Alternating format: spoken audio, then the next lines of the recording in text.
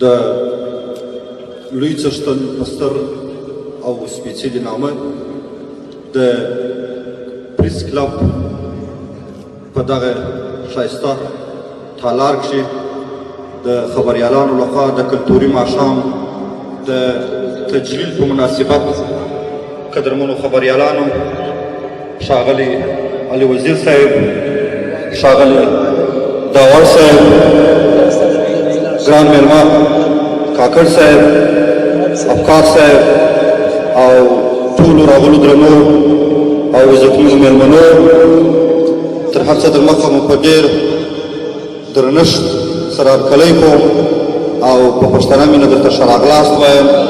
خدای مو راوله، هرکله راسئ. خوښ یم چې ستاسو سره په داسې یو کلتوري ماښام کې شرکت کوم. په حقیقت کې د دغسې محافلو او مجالسو جوړېده د خپل تاریخي ارزښتونو د یاد تازه کولو معنا لري. دغسې کلتوري غونډې د پښتون ځوان نسل ته د الهام یو ښه منبع ګرځېدلی شي او د پښتون قام ځوان نسل خپلو تېرو افتخاراتو او کارنامو ته مرتبط کوي. خو یو وخت داسې و چې د پښتنو حجرې ابادې وې، امن و، مینه وه، خوشحالي وه، رنګین ماښامونه به وه، د یارانو خوندور محفلونه او ناستې به وې. په هر صورت د داسې کلتوري ماښامونو څخه مو هدف دا دی چې پښتون د خپل اصیل کلتور د راڅرګندولو د لارې نړۍ ته وښیي چې پښتانه امن خوښوونکي او علمدوسته خلک دي او د یو روښانه تاریخ تر څنګ خپله مؤثره ژبه او تهذیب لري. دا یو څرګند حقیقت دی چې د ټولنې د نړۍ ټول قومونه پېژندګلوي د هغوی په کلتور کېږي. ژبه، لباس، شاعري، موسیقي او د ژوند نور لوازم چې سره یوځای شي نو د دغه څخه کلتور جوړېږي او پښتون په نړۍ کې یو خپل غني کلتور لري. زه دلته د افغانستان د کلتوري استازي په توګه دا مسؤلیت لرم چې د هېوادونو د پراخو ولسونو ترمنځ دوستانه روابط د هنري، ادبي، ثقافتي، علمي او ژبنیو دوستانه روابطو او تبادلاتو په واسطه نور هم ټینګ کړم.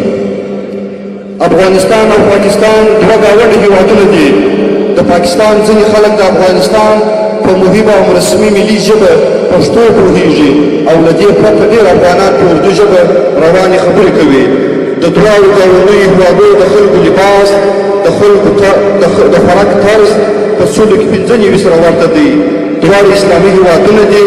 د ودانیو طرز، مړی، ژوندی، د کار وسایل یې کټ مټ یو ډول دي او د دې تر څنګ د دواړو هېوادونو ترمنځ متلونه تبادله شوي دي او د دواړو هېوادونو شاعران او لیکوالان یو د بل هېوادونو کې سره پېژندل کېږي.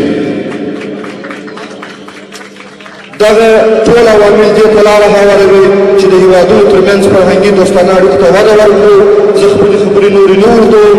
ستاسو ټولو محترمو څخه د زړه له کومې تشکر کوم چې په دغه پرتمینه غونډه کې مو برخه اخیستې ده او د پښتني خبریالانو څخه په ټول اخلاص مننه کوم چې د دغه پروګرام په ترتیبولو او جوړولو کې زیاتې ستړیاوې په خورا زغم سره ګاللې دي.